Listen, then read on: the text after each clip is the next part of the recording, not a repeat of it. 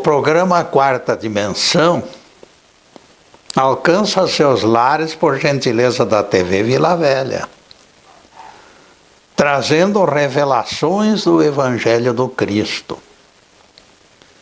Jesus disse: fareis as obras que eu faço, e maiores ainda. Frase complicada esta. Saduceus modernos ensinam que Jesus virá em breve e levará a igreja deles para os céus. E a terra ficará vazia,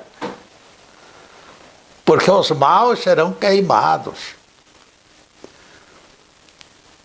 Aqui surge o dilema: onde encontrar doentes para curar, ou mortos para ressuscitar, por alguém terráqueo, para que a profecia de Jesus se cumpra? Quando? Onde? E quais os beneficiados de milagres superiores aos de Jesus?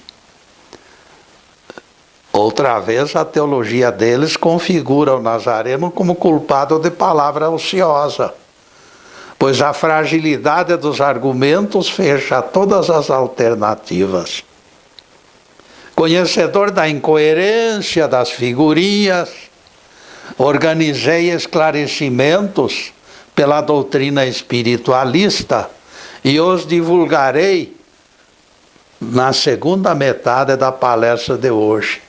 Aguardem, meus amigos, porque isto aí é bomba. O assunto em estudo será: fareis obras ainda maiores. Alhures. Criança encontrou folha solta no metrô de São Paulo. Alguém esquecera rascunho no assento do coletivo.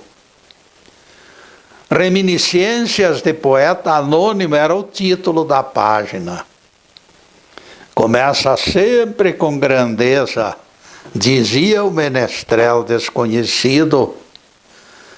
Mesmo que escrevas algumas poucas linhas, que as tuas expectativas superem todos os seus esquemas, não será benéfico arrastar tuas metas para debaixo da média. Projetar com grandeza deve ser objetivo constante. Era isto que se escrevera naquele papel achado no metrô de São Paulo. A lição pela excelência merece ser divulgada.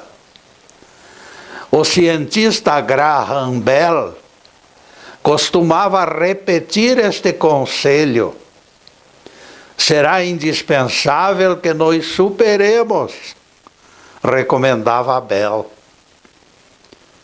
Ninguém permaneça sempre pelas vielas da vizinhança, onde todo mundo transita.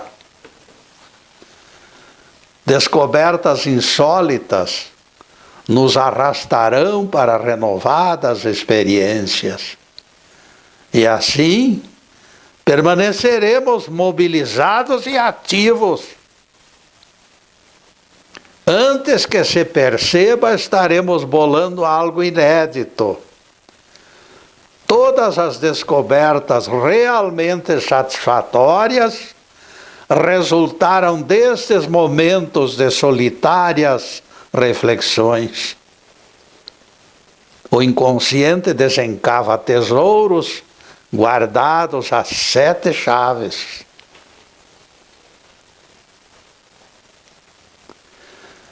Será adequado incentivarmos especialmente as crianças a raciocinar com independência e autonomia, que os baixinhos aprendam a fazer da excelência as suas metas e que procurem ponto alto em suas realizações. Rui Barbosa já dizia: eu sou pequeno, mas mantém olhares cravados lá no alto monte. Que todos conservem propósitos inabaláveis de realizar o melhor. Não somos favoráveis ao cerceamento de iniciativas, nem de adultos, nem de menores. Seria violação do livre-arbítrio. A vida das crianças depois de nós ainda não definirá certezas. Consideremos agravante da ausência do socorro de pais e mães, envelhecidos ou até mesmo desencarnados. Será lícito sonegar realidades aos nossos filhos, esconder as coisas deles? Este silêncio poderá criar a expectativa de eternidade no bem bom de família protetora. A mesma praça, o mesmo banco e o mesmo jardim. Não seria o caso de sacudirmos a mesmice que vem tolhendo o nosso próprio crescimento de pessoas adultas? O poeta foi claro: meu filho, sê forte, que a vida é combate, que os fracos abate, que os fortes e os bravos só pode exaltar. Levantarem-se todos, sem exceção, em todo o comprimento do esqueleto, e fazer o melhor, sempre foi a destinação eterna. Este é o caminho das pedras, o roteiro promissor. Pensar com grandeza e com lógica, levantar-se do comodismo e fazer frente aos desafios. Pensar com grandeza é a solução para aliviar as arestas do nosso caráter, perpetuando a alegria de viver. Eu duvido que alguém, produtor de algo excelente, se torne perverso. As vítimas de frustração é que acalentam azedume e revolta. Quem goza a satisfação de olhar tarefa feita com capricho, fica com alma leve, com ego recompensado, com alma lavada. Quem produz algo belo se aproxima do Criador. Aqueles que se tornam sensíveis à beleza das artes, vivem mais perto da luz, e como Deus é luz, reforçam a intimidade com o Pai das alturas.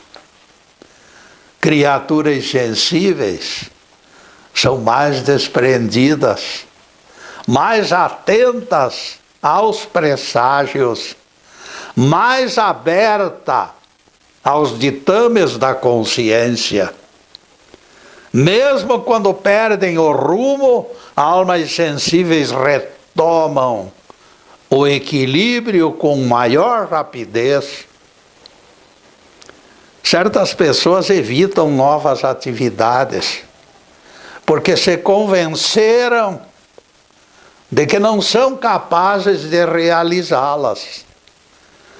Conheço alguns que não se atrevem a guiar o carro à noite.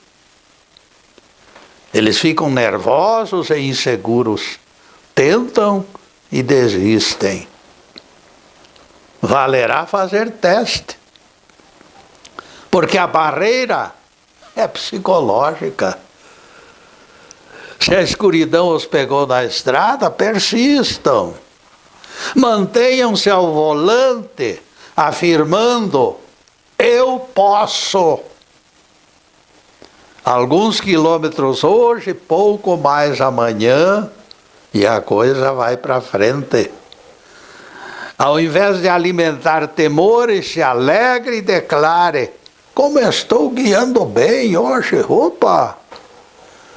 Concentrado no aspecto positivo, resultará a aceitação definitiva de que você dirige com segurança em qualquer horário.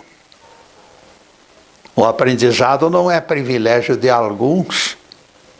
Com esforço e perseverança, todos alcançarão o pódio. Qualquer pessoa pode realizar praticamente tudo. Se pararmos de nos esconder na evasiva da incapacidade, nada será inalcançável. É só querermos que assim seja e assim será. Destino nunca representou camisa de força para a nossa vontade. Ninguém acredita em forças paralisantes ou portas hermeticamente fechadas. Nada existe oculto que não venha a ser revelado.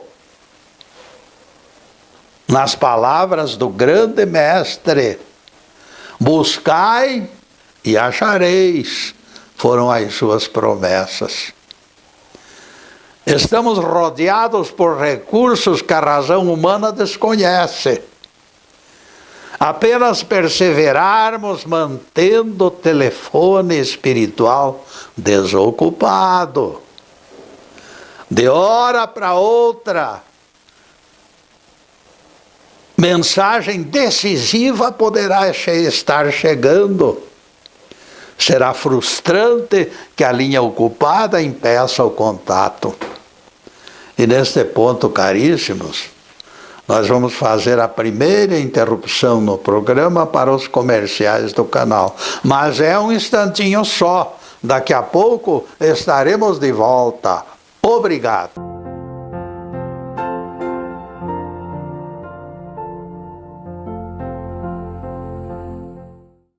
Já estamos no segundo bloco do programa Quarta Dimensão. Por gentileza de bons amigos, o nosso site está na telinha e convidamos vocês para acessá-lo. Para a edificação, oferecemos quase 300 palestras no YouTube. Assistam e propaguem, por favor, para amigos e vizinhos. E também no Facebook tem uma coleção de palestras.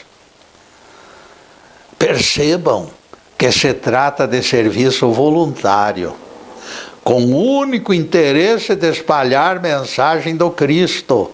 Dai de graça o que de graça recebeis. É preceito do Evangelho. A gravação do Quarta Dimensão é feita nos estúdios Fernando Martins e tem sido transmitida pelo Facebook Live TV Ponta Grossa. Agradecemos ao Fernando e ao Zube pela colaboração inestimável. E voltaremos ao tema: fareis obras ainda maiores. Famoso ufólogo caminhou pelos arredores, assim depois do jantar, como quem não quer nada, tranquilo. Meio desanimado até, ele desejava espairecer. Foi quando desceu disco voador, imagine se pode. Um disco voador enorme, não mais que 5 metros em sua frente. Do interior da espaçonave desembarcaram 3 homens verdes. Verdes como folhas de alface, amigos. Os alienígenas permaneceram em sua frente, tranquilos, dando-lhe chance para comprovar suas afirmações sempre repetidas, de que havia gente morando nos planetas. Ele sacou da máquina fotográfica, aquele tempo era máquina fotográfica, pressuroso. Mas logo percebeu que não se lembrara de repor o filme. Vejam que coisa. A única oportunidade de provar a existência de habitantes em outros planetas escapara de suas mãos por inadmissível esquecimento. O fato mostra que nós não podemos descuidar. Num abrir e fechar de olhos, poderá acontecer algo insólito que acarretará frustração aos desatentos. Será erro pensarmos que somente ocorrerão coisas enfadonhas e desinteressantes em nossas vidas. Quando nos envolvemos de alma e coração, alguém poderoso perceberá nosso entusiasmo e de repente ocorrem imprevistos.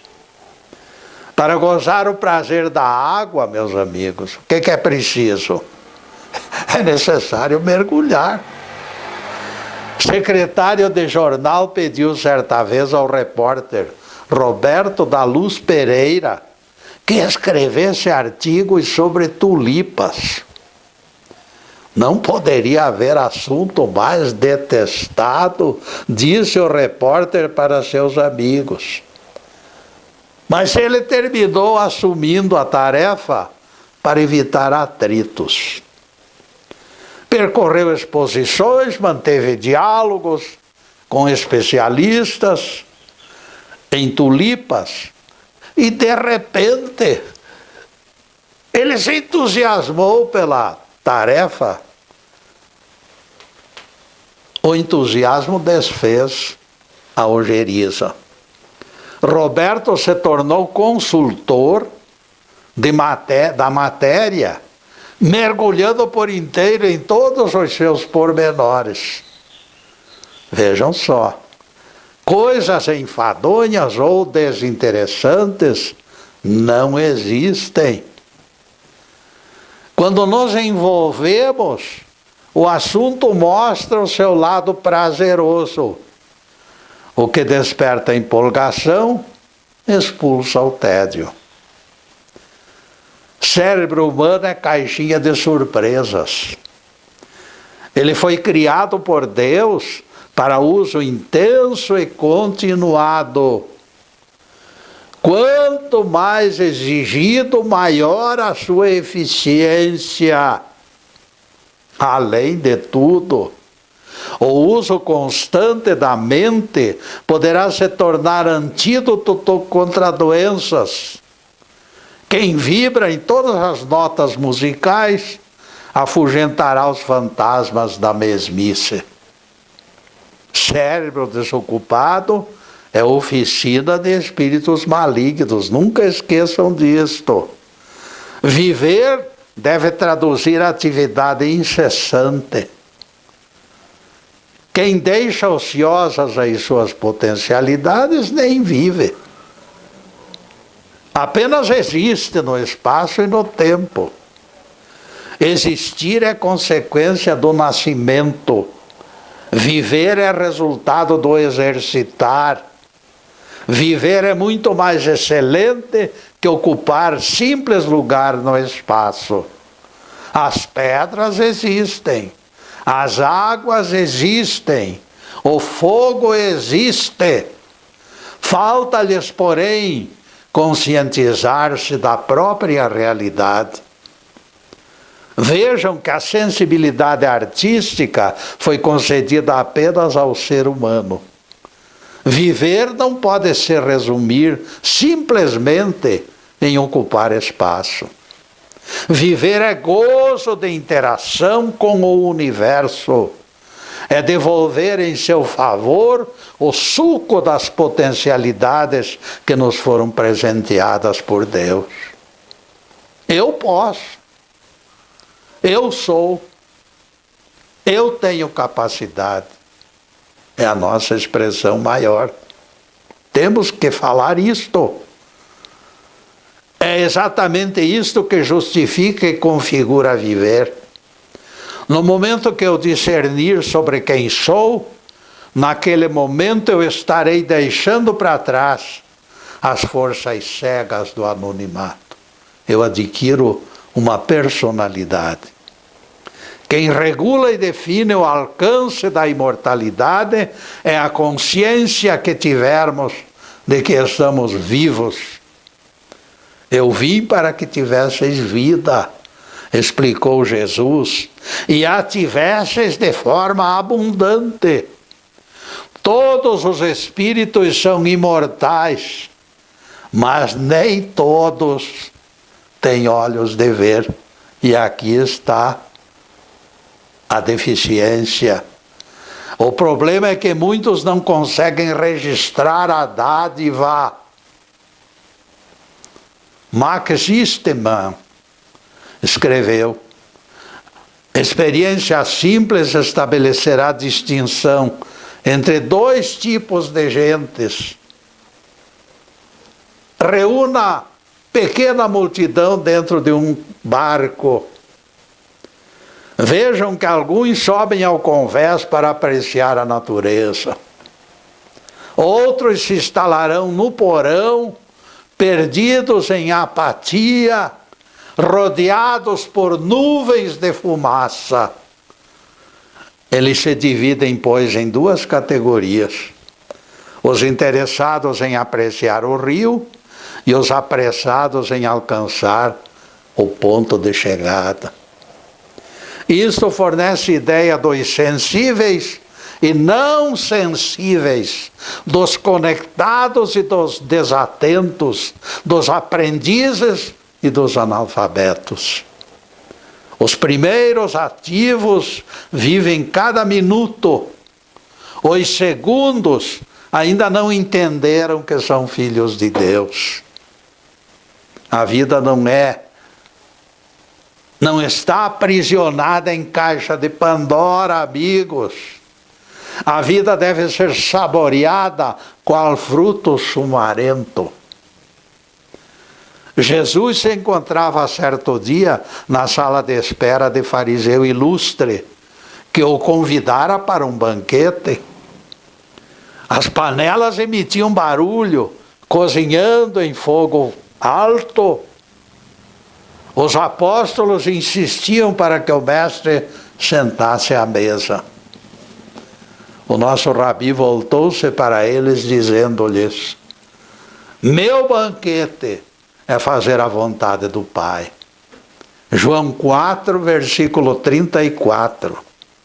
Isto demonstra que a vida é banquete quando fazemos o melhor e completamos tarefa perfeita. Pensar e agir com grandeza será sempre algo gratificante. Ao cristão não é lícito choramingar pelos cantos, desprezando o enorme potencial que lhe foi disponibilizado. Eu tudo posso naquele que me fortalece, escreveu Paulo. Se eu reconheço que a vida de Deus está em mim, o mínimo que resta será declarar: eis-me aqui, Senhor, estou pronto. O Pai Celestial sempre executou obras perfeitas. Sempre, quando Ele deseja que sejam perfeitas. A não ser que Ele deseje que nós as completemos. Aí é diferente. Se me encontro interagindo com Ele, não me restam alternativas.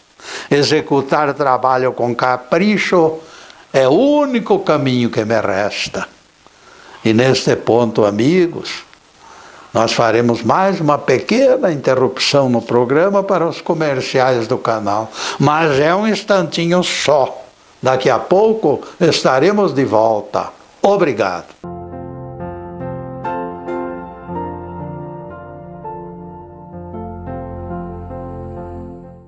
Estamos retornando com o programa Quarta Dimensão, terceiro bloco. Na fila do mercado, dia destes, alguém me disse: Getúlio, Dentre as coisas que eu discordo de você, a principal delas é a invenção da Bíblia humana. Fico pasmo quando você fala de Bíblia a quatro mãos. Isso não existe, Getúlio. Deus é o único inspirador do seu livro. Conhecendo as origens religiosas do gajo, eu lhe perguntei: como os teólogos da sua igreja interpretam a parábola do rico e do Lázaro? Não muito à vontade, ele respondeu: se os mortos dormem nos túmulos, Abraão, o Lázaro e o rico não poderiam se exibir como diz o texto. Concluímos que a narrativa foi obra de ficção, imaginada por Jesus. Esta versão dos seus teólogos, aí sou eu falando, esta versão dos seus teólogos, amigo crítico, reduz o Nazareno a improvisador de histórias. Assunto sério vira alegoria. Verdades e mentiras se misturam.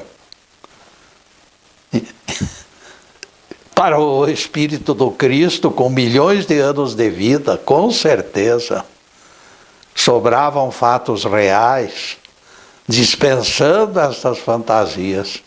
Portanto, aquilo que ele falou, em toda a sua vida, sempre foi a realidade pura, sem mistificação. E depois do pinguinho de doutrina, o tema: fareis obras ainda maiores. Guido Bartoloni, desde criança, sonhava com a construção de pontes sobre o rio Arno. Ele desejava ardentemente construir aquela ponte. Seu barco a remo, Napoleão, herança paterna, não satisfazia seus anseios. Ele queria deixar sua marca na terra onde nascera. Nos primeiros dias de março de 1947, Guido começou a escavar o terreno, deixando a esposa na direção do barco. Em Florença, nos entulhos que a guerra produzira, encontrou postes, argolas e parafusos. Toda aquela sucata foi reunida por ele e deixada em condições de aproveitamento. A jornada se estendia a 12, 15 e até 17 horas por dia, meus caros. Os aldeões se reuniam aos domingos para assistir ao trabalho. Todos achavam que Guido enlouquecera. Como poderia o homem sozinho construir ponte? Certa vez, tarde da noite, ele caiu num dos buracos e quebrou 2 costelas. Embora o médico recomendasse repouso, Guido se locomoveu capengando com fortes dores. Mas o acidente não conseguiu afastá-lo do serviço. Tão absorto permanecia horas e horas, que nem mesmo percebia o riso e as críticas em torno dele. Venderam-se as joias e o casaco de peles da esposa, as galinhas do quintal e boa parte da própria mobília da casa. Preocupada, a senhora Bartolini consultou o vigário da paróquia. Não seria o caso de internar Guido? O velho sacerdote recomendou paciência, e assim, depois de marchas e contramarchas, finalmente a ponte ficou pronta. dia 10 de julho de 1949, aquele precioso fruto da perseverança de homem aguerrido foi finalmente inaugurado. Os prefeitos de Valina e Anchieta avançaram ao som de banda musical e se encontraram no meio da ponte. Ambos cortaram a fita inaugural.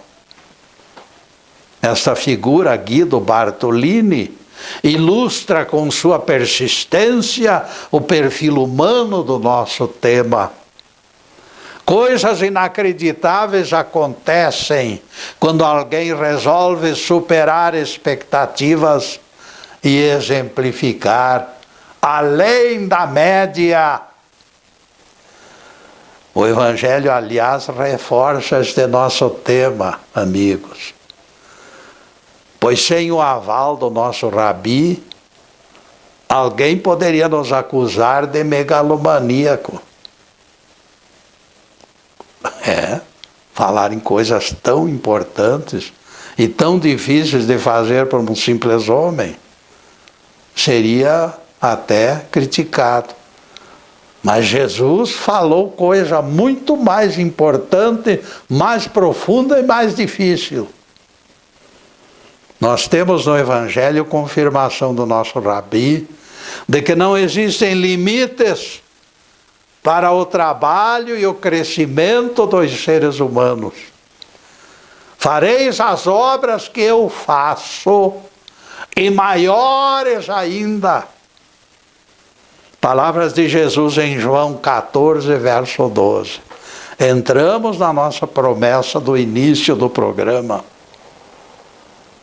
Aqui nós precisamos estacionar a carruagem para melhor refletir sobre a afirmação de tamanha carga explosiva. Cesse tudo o que a musa antiga canta, como diria Camões. Neste angu tem caroço. Vamos analisar o texto com atenção, por favor. Prestem atenção naquilo que eu irei explicar. O mestre pronunciou essas palavras há 2000 anos. Outros fariam prodígios maiores do que os presenciados durante aqueles 3 anos. Que Jesus fez prodígios maravilhosos, milagres impossíveis de realizar por outra pessoa. O Nazareno multiplicou 5 pães e 2 peixes para 5.000 pessoas. Estes dobrariam as provisões para 10.000, porque ele prometeu que fariam obras maiores. Fareis as obras que eu faço, e maiores ainda. Até hoje eu não tive conhecimento de alguém que fizesse o mesmo, quanto mais superar Jesus. Lázaro permaneceu 4 dias no sepulcro, e depois disto foi ressuscitado por Jesus. Alguém poderia apontar proeza semelhante nos séculos que nós já vivemos? Alguém pode? Valerá esgotarmos, meus amigos, alguns pontos negros desta questão. Vamos avivar as brasas de flagrante contradição. Os catedráticos estão divididos em algo primordial. Uns preconizam o céu imediato. Morreu o bom, vai lá para o céu. Depois da morte, direto para o céu. Outros ensinam que o corpo fica dormindo no sepulcro até o juízo final, quando será então ressuscitado, aquele que for melhor. Num e noutro caso, o além desenhado por eles, será congregação de almas felizes, sem problema algum. E eu pergunto para vocês, Se não existirão doenças, nem mortes, nem qualquer mal, onde acontecerão os milagres maiores profetizados por Jesus? Multiplicar pães no paraíso, onde todos estão saciados? Onde procurar Lázaro e sepultados há 4 dias? Não existirão mais. Não são os próprios teólogos que afirmam que depois do juízo final não haverá mais morte? Como todos percebem, os teólogos estão no mato sem cachorro. Inquietadora interrogação fica no ar, clamando por resposta. Se Jesus fez esta promessa há 2000 anos e os escolhidos acordarão salvos da morte, em que época os tais milagres ocorrerão? No paraíso certamente não encontrarão Lázaro morto para ressuscitar. Na Jerusalém celestial que alguns prometem, trazida por Deus, certamente haverá sobras de pão. Ninguém precisará multiplicar. Como podem perceber, o telhado da teologia tem goteiras. A telha deste disparate não se encaixa na outra telha.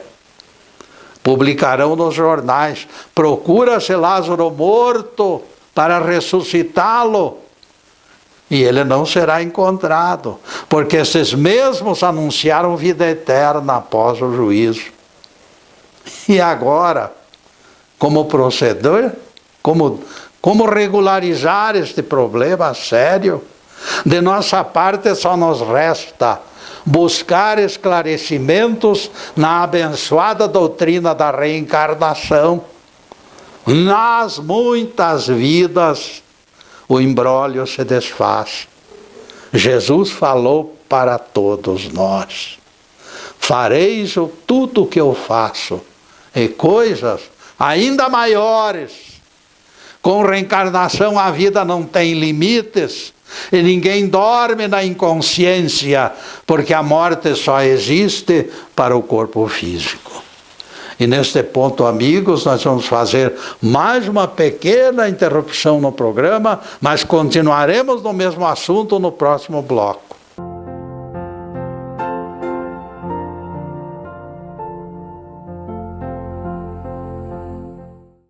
E já estamos no último bloco do programa Quarta Dimensão. E lembramos as tardes e sextas-feiras, quando comparecemos para a divulgação dos evangelhos na TV Vila Velha. Na próxima semana, 15h30, estaremos lá com outro assunto de incentivo ao progresso espiritual.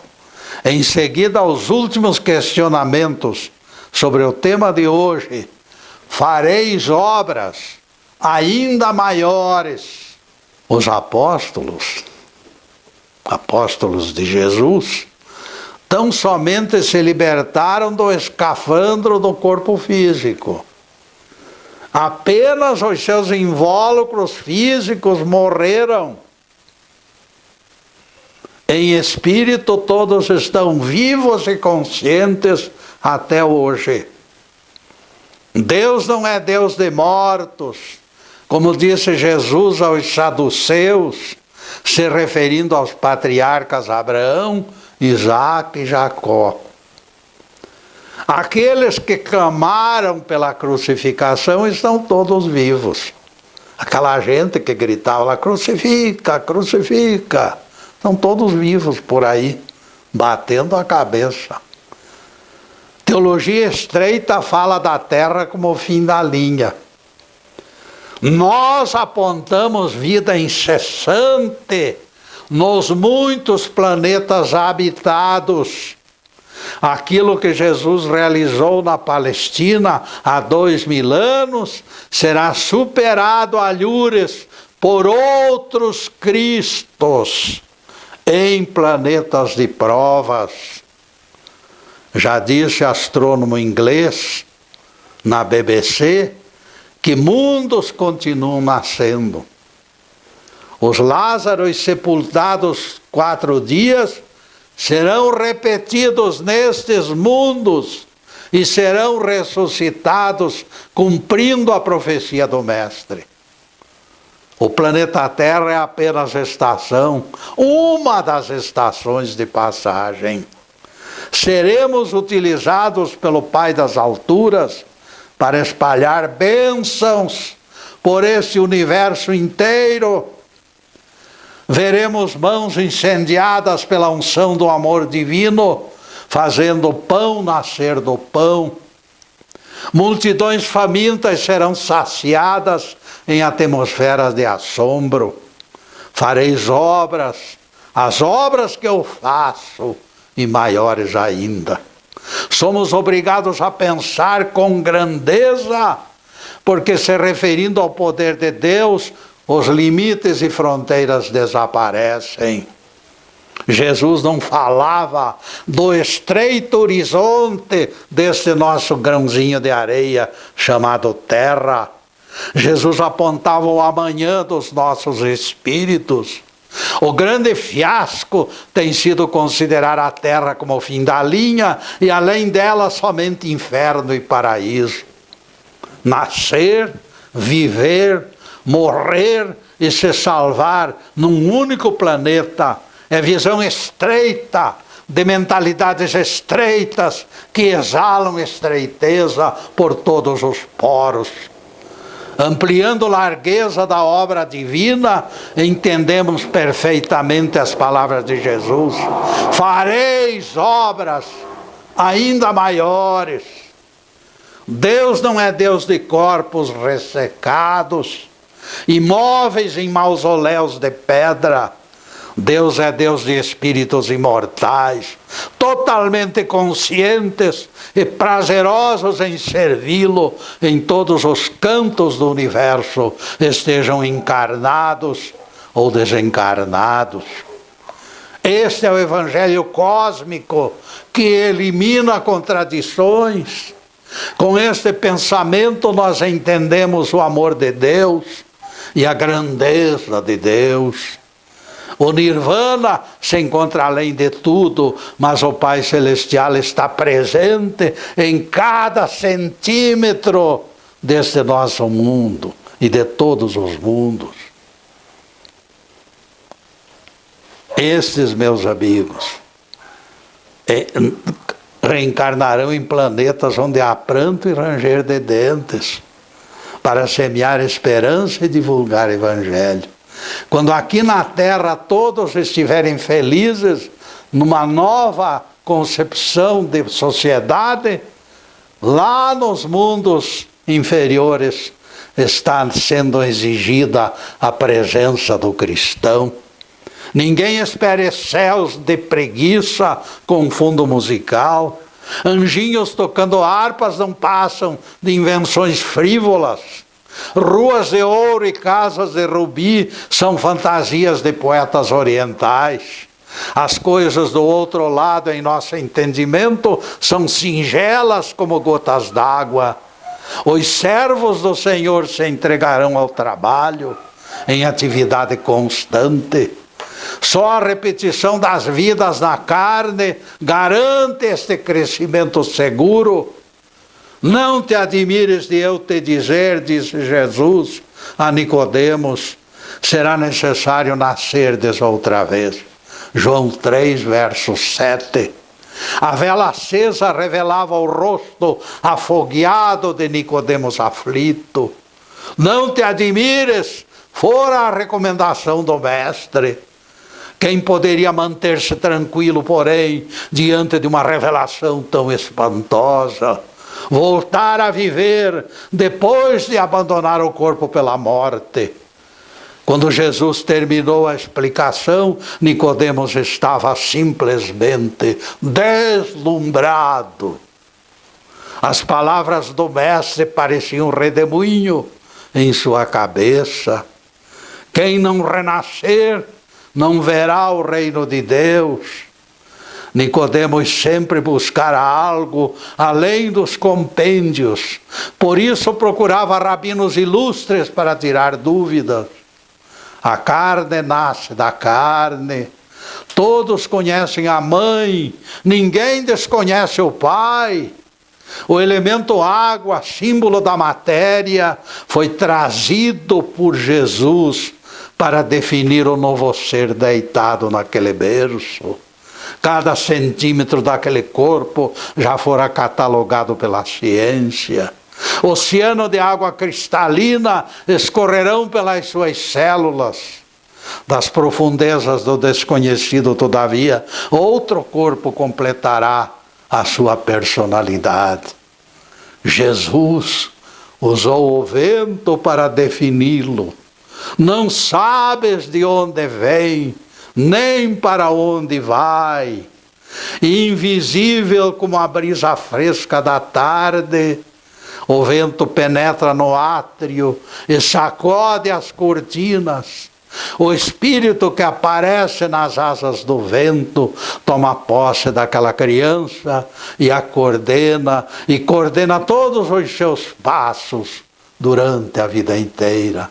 Louvado seja Deus. Que o Senhor nos abençoe e nos guarde. Que o Senhor faça resplandecer o seu rosto sobre nós e tenha misericórdia de nós. Que o Senhor sobre nós levante o seu rosto e nos dê a paz. Louvado seja o nosso querido Deus Pai. Louvado seja o santo nome de Jesus, o nosso Cristo. Obrigado, meu Deus. Obrigado, Jesus. E para vocês, amigos, além desta câmera, saibam e reconheçam que eu estou vibrando e pedindo a Deus para que todos recebam as bênçãos da paz, da tranquilidade, da harmonia, da saúde, da prosperidade, de tudo que é de melhor, mas acima de tudo, amigos, amor no coração. Porque o amor é a trincheira final, o amor é o próprio Deus.